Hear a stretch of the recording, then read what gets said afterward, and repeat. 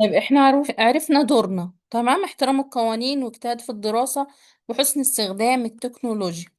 نيجي للقيم اللي هنتمسك بيها من الماضي للمستقبل. كان عندي شوية قيم، حاجات كويسة، ولازم ايه ان انا اتمسك بيها وما تخلاش عنها، يعني تفضل موجودة. زي ايه؟ زي التعاون، التسامح، الكرم، الترابط الأسري. الحاجات دي قال لي ان هي كانت موجودة عند ايه؟ اجدادنا القدماء، ولازم ان احنا ايه؟ نتمسك بيها. زي مثلا التدين برضو، والانتماء للوطن والاحترام، كل الحاجات دي. طيب التعاون بيعمل لي ايه او بيساعدنا في ايه؟ سيساعد على انجاز الاعمال بسرعة. انا لما اعمل حاجة لوحدي مش زي ما اعملها انا مثلا واخويا، او انا وصحابي، صح؟ لو انا بعملها وبشارك حد معايا فيها، او بتعاون مع حد فيها، ده بيخليني انجز بسرعة، صح كده؟ يبقى سيساعد على انجاز الاعمال بسرعة، وسنعمل معا كفريق واحد. ده التعاون. تمام. التسامح هيقلل من الخلافات، وسيعيش الناس في سلام. ان بقى عن ان انا يبقى عندي تسامح، اسامح اللي ايه، اللي مثلا اللي اذاني، اسامح اللي غلط فيا. ده اسمه تسامح. التسامح ده هيعمل ايه؟ هيقلل من الخلافات، وسيعيش الناس في سلام.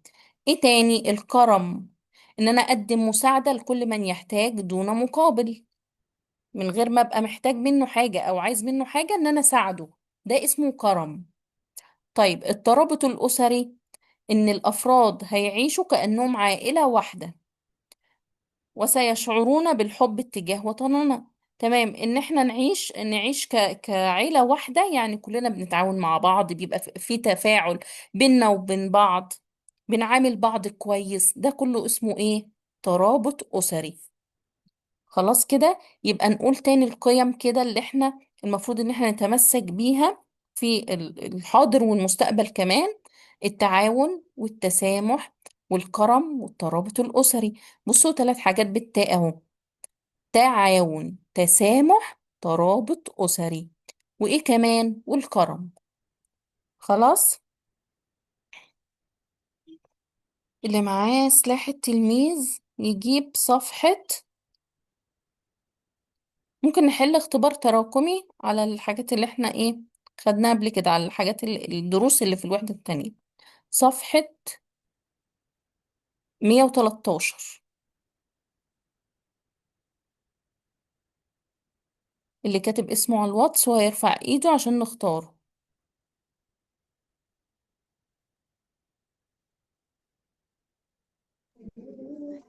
اي ميس، انا اول واحده. لا، انا لسه مسجله بس الوقت انا مش بتاعي وانا عايزة. مش انا اول واحده. السلام. بس انا لو لقيت كلنا في كلام كتير المايك.